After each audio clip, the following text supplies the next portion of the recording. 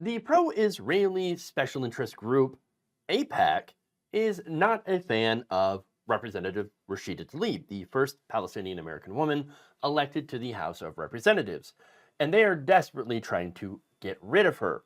And according to two Michigan Democrats, they're offering to bankroll anyone to run against her.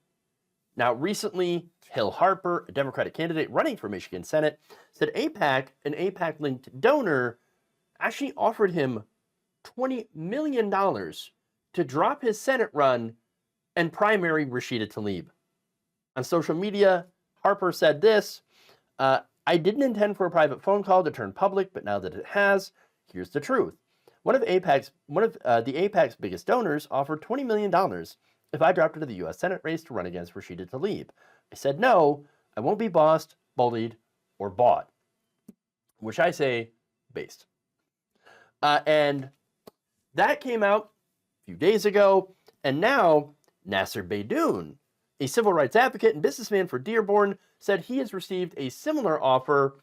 In fact, he recounted it on this video on social media. I was offered $20 million to withdraw from the senatorial race and run against my friend Rashida Tlaib. The pro-Israel lobby will go to any length to remove anybody from the U.S. Congress that has any opposition to their agenda and their total, unequivocal support for Israel, good, bad, or indifferent.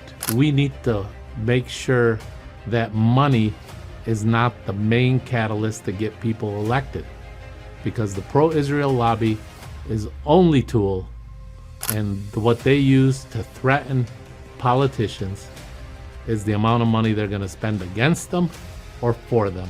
So Beydoun added, even knowing where I stand on AIPAC's influence on our elections and foreign policy, the pro-Israel lobby had the nerve to suggest that I wouldn't consider taking a dime from them. Again, they really want to get rid of Rashida Tlaib.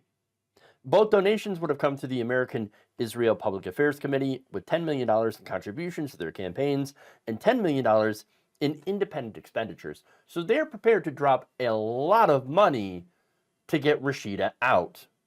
Now, this is not, in case you're wondering, this is not a new phenomenon, okay? We have seen AIPAC and other Israeli-linked lobbyist groups do this, okay?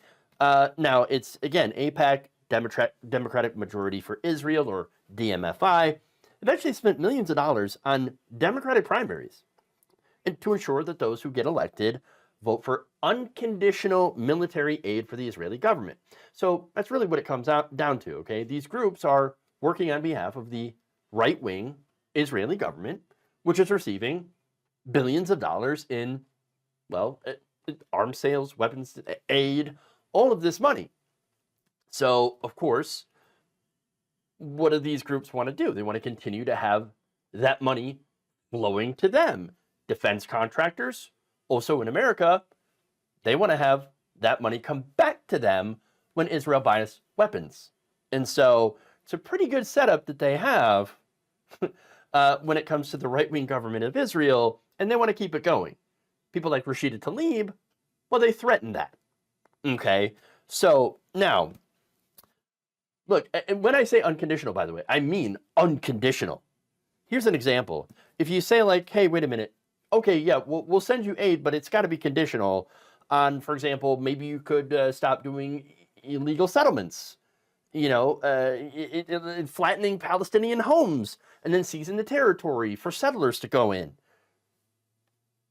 If you say that, even, then these groups will fund a primary challenge against you. And they've got a lot of money, as I said, to throw around. So the one big example here is Andy Levin, who's a self-described Zionist Jewish representative, one of the more progressive Jewish representatives. He got crushed. So, of course, look, there was a redistricting, went up against someone else. Haley Stevens happened to be his opponent in this race, and AIPAC and DMFI came and funded Haley Stevens because she was, again, for unconditional military, monetary support for the government of Israel. Whereas Levin sided with J Street, which is more of your progressive Jewish organization that says, hey, wait a minute, I think Palestinians also should have some human rights here. And unfortunately, J Street could not match the funding that DMFI and AIPAC are able to muster from having right-wing donors. So Stevens, in this race, AIPAC spent over $4 million in ads and mailers attacking Andy Levin and boosting Haley Stevens, who received over $500,000 in bundled donations from AIPAC-signed conduit PACs. She hailed her victory as proof that, quote, being pro-Israel is both good policy and good politics, which it really didn't have anything to do with Israel, generally, her campaign. Again, they were both competing over the 11th district. Andy Levin actually had represented the 9th district, so there were issues like, oh, is he carpetbagging? And then, of course, you had the 10th district, which was very, very pro-Trump. And so his base of support was mostly gone thanks to this redistricting. And so didn't have anything to do with being pro-Israel, except for the money that she got from a special interest group representing the government of Israel. So now that's in Michigan, where this is happening. But you also have Ohio. Remember, in Ohio, AIPAC and DMFI tanked the campaign of Nina Turner, who started with a 30-point advantage over Chantel Brown. So now The Intercept's Ryan Grimm explained the group, along with the mainstream Democrats PAC, came into that race with a deluge of money, which swamped Turner, electing Chantel Brown instead. Now, there's another case here of where actually DMFI and AIPAC did not intervene in the race, and I'll tell you why. John Fetterman, during his primary race against Connor Lamb, turns out he was not hit with AIPAC or DMFI money. That's despite Lamb's campaign pleading, begging for their support. Please come in this race. Please come in this race. Well, why? What happened? Well, DMFI asked Fetterman about his position on Israel. And through some correspondence, Fetterman basically outlined his support for unconditional aid to Israel, even going on an interview with Jewish Insider, where unprompted, Fetterman stressed that there should be zero conditions on military aid to Israel and took a stance against BDS and so on. And of course, they got the answers that they wanted. At one point, the Fetterman campaign gave them a position paper on Israel where they said, oh, it's pretty strong, but it's not quite strong enough. They sent it back to Fetterman's campaign. Fetterman amended it to make it even stronger, more pro-Israel, sent it back, and they said, okay, great, we're not going to get involved in your race. Have fun.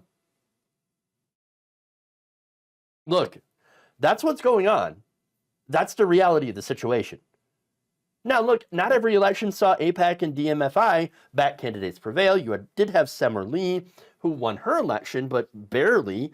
She started with a 25-point lead, and then after 6 weeks of AIPAC ads, she barely won by 1,000 votes. It erased nearly a 25-point lead, and she barely squeezed out a victory. They spent big against 9 progressive candidates. They ended up beating 7 of them, which was hailed as a victory for centrist establishment Democrats. But in reality, no, it was a victory of massive ad spending. Again, you even had a progressives like Levin being forced out because they didn't toe the line on unconditional military aid. So now, when asked by Ryan Grimm, who wrote a brilliant report in The Intercept, I'm going to link that in the description here, if the money spent by pro-Israeli PACs had gotten to her, into her head and influenced her position on Israel-Palestine, she said, quote, yes, absolutely, and not just with me. I see it with other people. I see people who are running for office or thinking of running for office in the future, and they feel deterred because this is a topic that they know will bury them. Look, I've talked about how Biden staffers, while watching what's going on in Gaza, were appalled. They're like, oh my God, look at all this just stuff that's happening there. All the death, 12,000 people, innocent people, half of them children, just being flattened by the Israeli military. How can we be behind this? Yes, of course, Hamas, not good, right? What happened on October 7th is a horrifying tragedy and should never have happened. Well, that's why we should have had peace. That's why we should have had the United States of America push for a peace before that, for a two-state solution, for security for both Israel and an independent state of Palestine, to get these people out of a open-air prison and to have Israeli settlers stop bulldozing Palestinian homes to make room for Israeli settlers. That's what's going on here. That's what's going on here. Okay? And the administration is backing this. The Biden administration is backing this. The Democratic Party is backing this. So that's what's going on. And yes, it is a chilling effect. But look, here's the thing. Okay?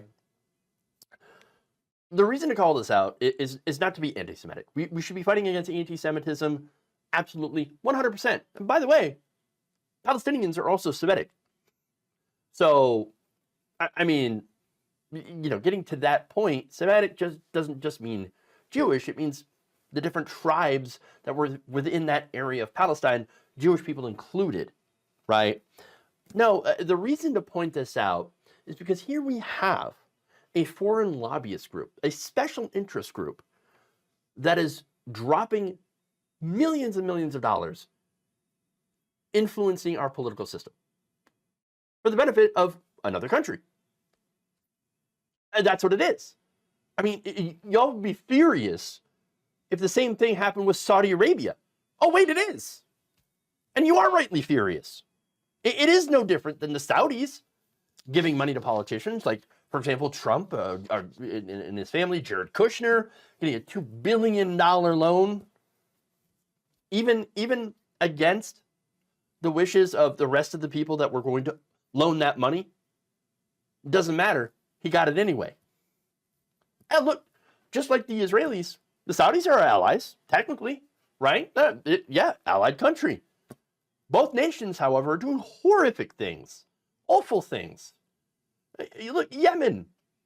You have a situation in Yemen where, again, the United States is doing arms weapons sales to Saudi Arabia that are getting dropped on people in Yemen who are currently facing starvation.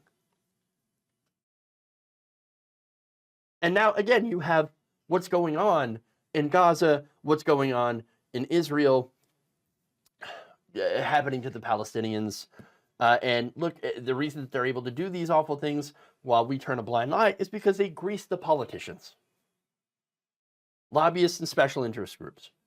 The solution here is not to be anti-Semitic and not to be like, see, I told you it was them. No, it's not them. Okay, there's no anti-Semitic conspiracy theory here, okay?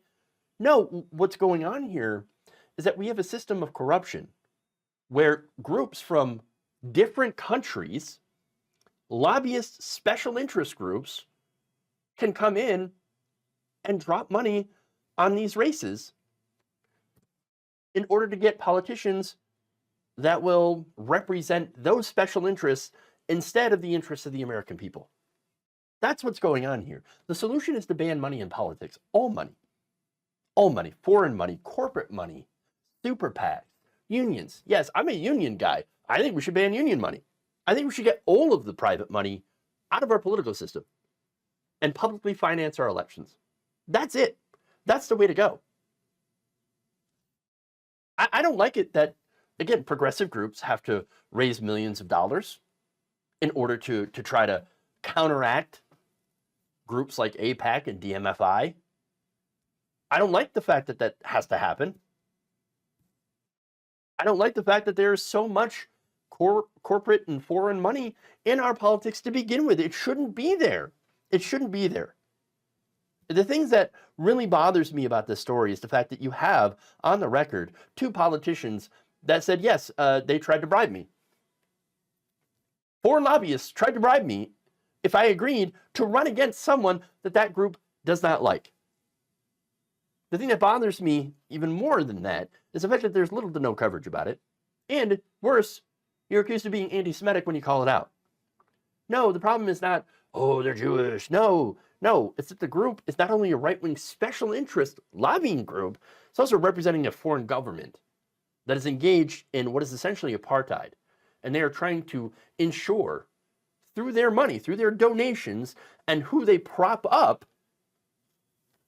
that they can continue doing what they're doing while we ignore it.